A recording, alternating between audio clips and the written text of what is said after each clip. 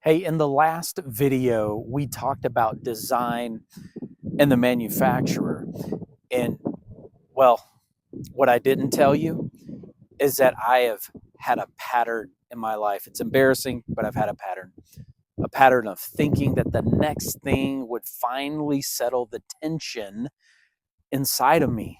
The right role, the right church, the right environment, the right fit. If I could just land in the right lane, it would click. I wasn't chasing status in my life and just chasing alignment. I couldn't understand why I didn't feel it. There were seasons, even at a place like my church job that I have, where I was on staff, where everything looked solid on the outside. I mean, I was serving, I was contributing, I was faithful. And from the outside, totally made sense. But inside, internally, something felt heavy on the inside. It wasn't dramatic, but it was really heavy. I remember sitting alone after a long day thinking, why does this feel misaligned when I should feel right? That question, it really unsettled me, made me really think, because I don't want to be the unstable person. I didn't want to be the guy who keeps searching for it, for his purpose. I didn't want to be ungrateful either, because I did love my role, but I also couldn't ignore the friction going on the inside of me. I just couldn't do it. So I did what most responsible men do. I pushed. I worked harder. I showed up more. I told myself just to stay steady. But pushing through misalignment, it doesn't create clarity whatsoever. It creates quiet exhaustion. And I was exhausted. And exhaustion, it has a way of exposing you what you've really been avoiding on the inside. Boy, that was me. There was another result, that misalignment, that I don't talk about often, but I became a complainer. That's not me. I became a complainer. Not publicly, but privately with my family. I would come home and I would talk about what wasn't working. I mean, what really frustrated me and what felt off and what didn't make what didn't make sense. And at first I felt justified coming home every day complaining. I was just processing my day. But over time, I wasn't processing anymore.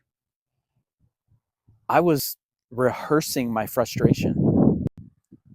And it started affecting my marriage, and I have a great marriage. And it started affecting my marriage. My wife wasn't married to my role, and she was married to me, not my role. And I was bringing home heaviness.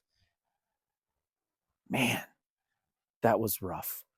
And I didn't want to become the guy who always sees what's wrong. That's not me. Was never that way before.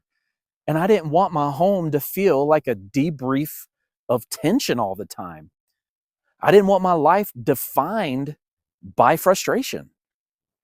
And it was. I was allowing that. And honestly, that scared me more than leaving. Misalignment doesn't just exhaust you, it it actually leaks on us, on other people. It leaks into conversations, into the tone in which you speak, into the people that are closest to you. And I didn't want that in my marriage carrying the weight of my internal confusion. So I had a decision to make. Keep pushing and growing more cynical, or take a step of faith.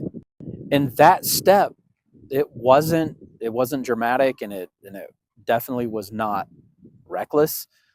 It was very intentional. It was deliberate. I stepped away from that role, not because it was bad, but because I needed alignment. You see, when I heard the teaching about the manufacturer and design, something finally clicked in my life. If the source defines the purpose, then I needed to stop moving externally and start reflecting internally. I wasn't really searching for a better role. I was searching for internal alignment. And I kept hoping that the next environment would solve what only reflection really could. So I slowed down. I traced patterns. I had conversations that followed me everywhere. Men and women talking about purpose, people reaching out, the themes that wouldn't leave my heart. I mean, the problems that constantly stirred me. That was not random. I mean, that was design. And here's what I've learned the hard way: alignment isn't found in the next position, it's uncovered in your wiring that God has given you. That season didn't produce a brand. I mean, it actually produced clarity on the inside, and clarity required humility. And that's what I want to do now.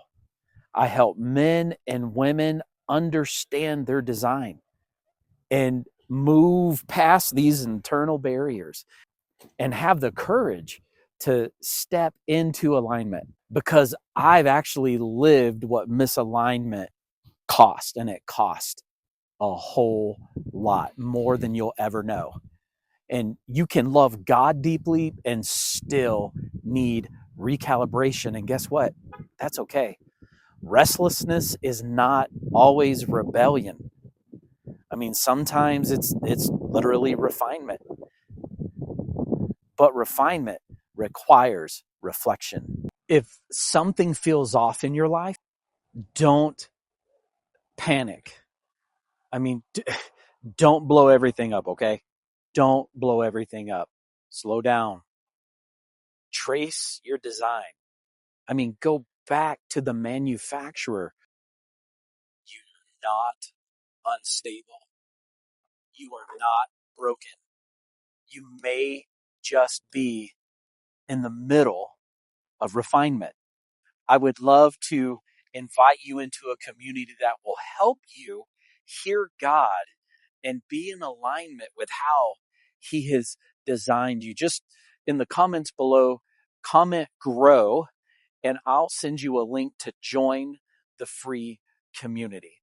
And what I would love to do is just invite you into this space where you're not alone, where you can learn to hear God, learn to pursue purpose, and understand what that is, and then how you can live that out in your life.